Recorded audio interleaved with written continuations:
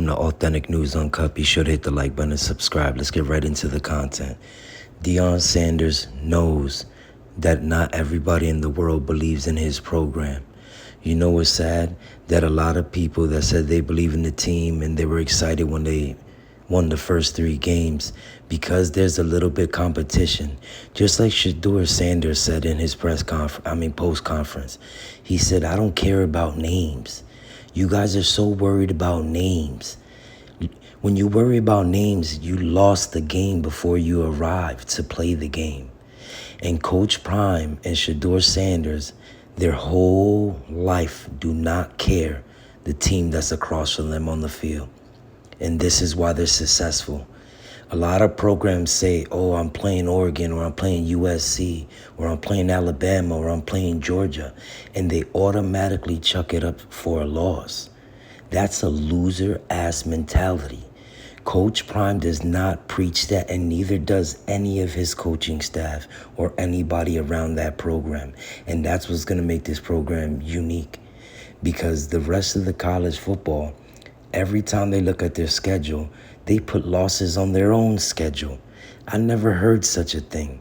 Teams automatically saying, when they look at the team that they got to face in the schedule, saying, oh, we're probably going to lose that one, but we'll be all right if we win the rest of them. Come on, man. That's a loser-ass mentality. And Colorado Buffs do not have that mentality.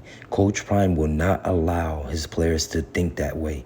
And if he feels like any of them think that way, they're not going to play. They might not be there next year. Straight like that. Because Coach Prime, he wants winners and believers. You know how he got all these championships? You know how he got all these winning programs on their feet? You know how he got all this successful football done? Because of the fact that he believed and did not care who he was up against, what he was up against, who he had to face, what they were saying, what are the odds, who's better, who's not, who got more talent.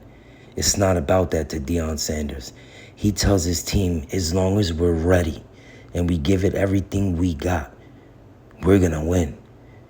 Because Deion Sanders understands the talent and the magic that could be made with that team, that group of gentlemen that are on the Colorado football roster. He knows what they're capable of. Those are a lot of underdog players that people did not believe in, and they're fighting to show the world what they're made of. This is what makes this story at Colorado so special, because Colorado Buffs have a situation that we have not seen, maybe not ever, definitely in a long time. In a long time, I mean 40 years, because the magic that they're creating on all cylinders that they're firing on is impeccable. It's unbelievable atmosphere. People that never watch football a day in their life are watching football now. And they're not just watching any football. They're watching Colorado football. And let me tell you this.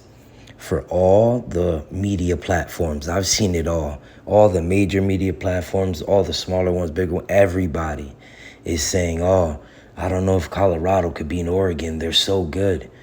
Listen, Oregon Ducks have played all Ducks. And what I mean by that is that the teams that Oregon has beat are not that good.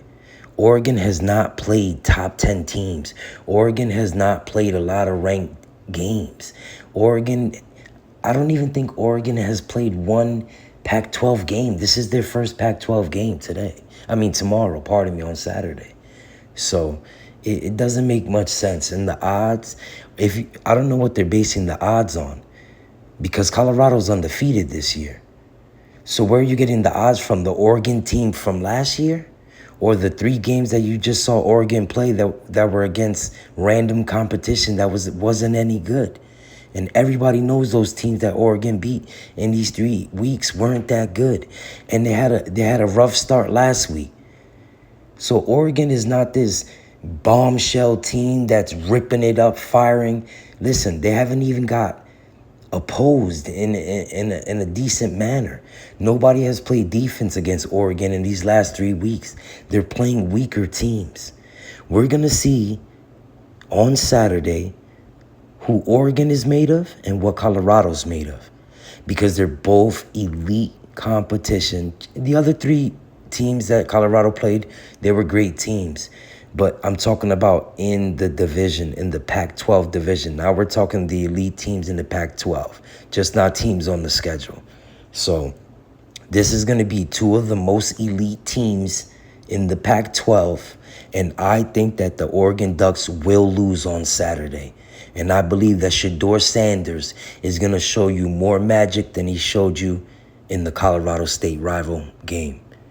It's going to be different. I'm telling you, it's going to be different because these kids, they're sick and tired of no one believing. And this game is going to be definitely going to get them hype. You want to know why?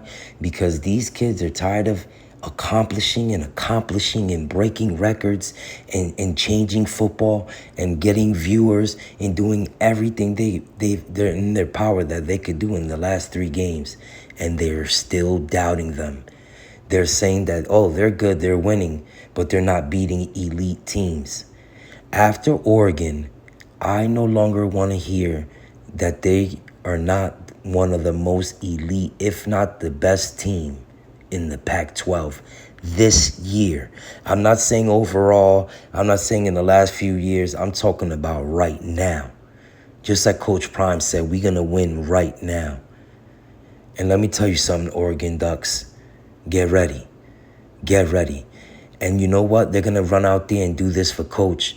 They're going to do this for all the naysayers. They're going to get this one for Travis. They're going to get this one for Coach Prime. They're going to get this one for the Colorado alum. They're going to get this one for the student fan base. They're going to get this one for the nation. This is going to be a miracle season. It's going to be epic. And after this Oregon win, I want all you podcasters, bloggers that said that Oregon is too good of a team for Colorado to beat. I want you to go ahead and apologize to the Colorado Buffs and not to Coach Prime, to the players, because that's who you guys are disrespecting, saying they're not good enough to compete with these more elite teams. So I'm tired of waiting. Saturday is in 24 hours, and we're going to see who's elite and who's not elite. It's about to go down. It's about to be a great game. Win or lose, I hope both teams come out the game healthy. I hope both teams get the most success that they can out of the game, learn, have a great experience, and enjoy football and life. And like I said, all the non-believers, Deion Sanders is keeping receipts like he kept before. He understands that you guys jumped on the bandwagon when you won a couple games. And now that they're playing a Pac-12 decent elite team, you guys are running scared and tucking tail. That's exactly what Shedeur Sanders was talking about.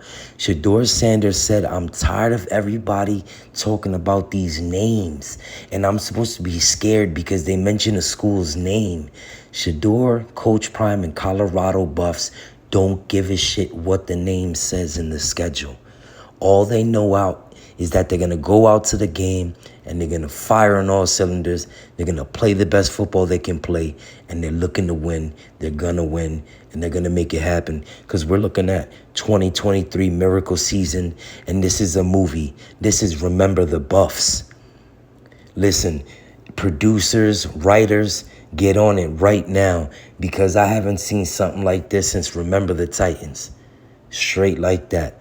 So this is going to be Remember the Buffs. Miracle season. You heard it first right here at Authentic News Uncut. You guys know what it is. Check this out. Be sure to hit the like button and subscribe. Be sure to hit the comments and let me know what you guys think. Who's going to win the Colorado game against Oregon? Let me know what you guys think about the haters and the non-believers.